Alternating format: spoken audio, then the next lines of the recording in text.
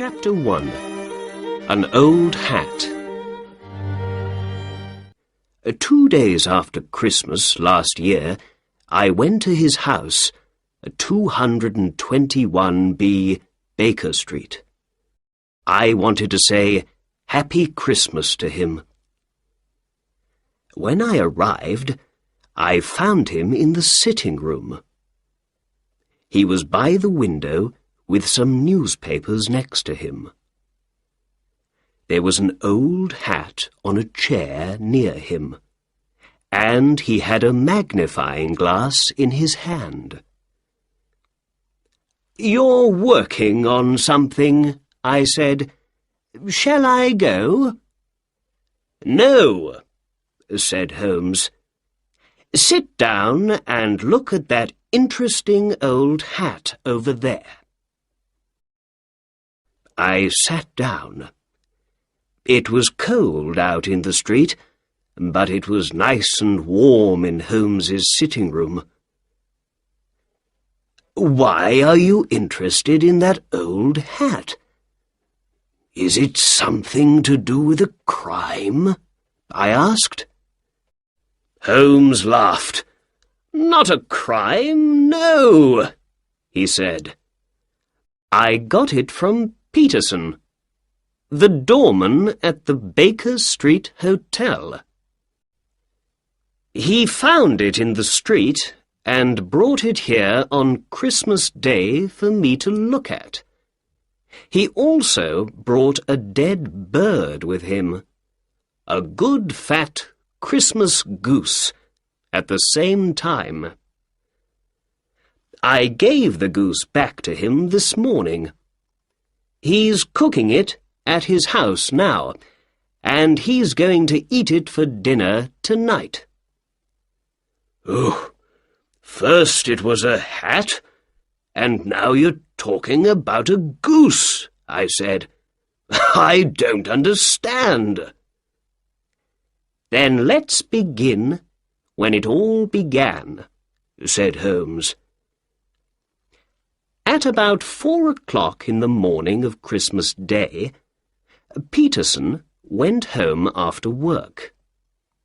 When he got to Tottenham Court Road, he saw, in the street in front of him, a tall man with a goose over his shoulder.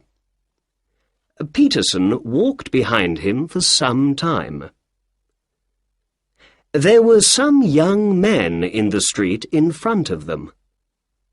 Suddenly, one of them hit the tall man's hat off his head, and it fell into the road. Then the tall man tried to hit the young man with his walking stick, but by accident he broke the window of a shop behind him. At that moment, Peterson ran to the man to help him. But the tall man ran away. Perhaps he felt bad about breaking the shop window. Perhaps he thought that Peterson, in his doorman's coat and hat, was a policeman. When he ran, he left his Christmas bird in the street next to his hat. The young men ran away at the same time. So Peterson took the goose and the hat home with him, and the next day he brought them here. There was an interesting little ticket on the goose's left leg, said Holmes.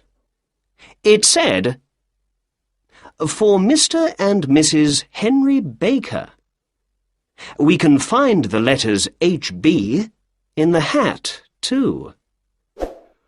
"Oh, so the owner of the hat and the goose is called Henry Baker," I said. "Yes," answered Holmes. "But, my dear Watson, this doesn't help us very much. There are hundreds of Henry Bakers in London.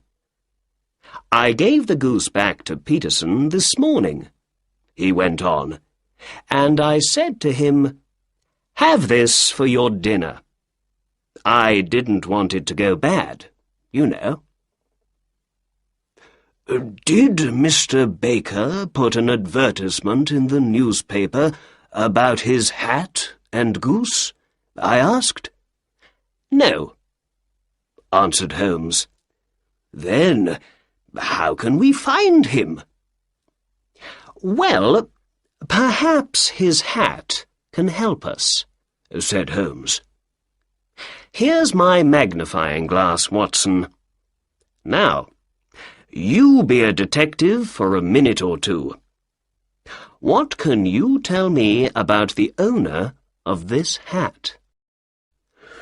I took the magnifying glass and looked at the hat. It was black, but old, and very, very dirty. I saw the letters H.B. in it. For me, it was no different from any other old black hat. "I can see nothing," I said, and I gave the hat back to my friend. "Excuse me, Watson, you do see, but you don't think about what you see." "All right," I said. "What can you see in this hat?" "The owner of this hat is an intelligent man," said Holmes. "He was once rich and is now poor. His wife loved him once, but she doesn't love him now. And he's 30 or 40 years old." "Well, perhaps I'm slow, Holmes, but I don't understand," I said. "Why is he an intelligent man, do you think?" Holmes put the hat on his head. It came down to his nose. "This is a big hat. A man with a big hat has a big head. And a man with a big head has a big brain. A man with a big brain thinks a lot." "But you say he was once rich and is now poor. Why?" "The hat is 3 years old. I remember these hats were in all the shops then. They were very expensive, too. 3 years ago, this man bought a good hat. So he was rich then, but he has no money to buy a new hat now, so these days he is poor." "All right," I said, "but you say he is in his 30s or 40s. How does the hat tell you this?" "Well, when I looked carefully at the hat with my magnifying glass, I could see some grey hairs in it. People usually get grey hair in their 30s or 40s. "I see. But what about his wife? You say she doesn't love him." "Because the hat is very dirty. When a woman loves her husband, she cleans his hat for him." Perhaps he hasn't got a wife." "Yes, he has.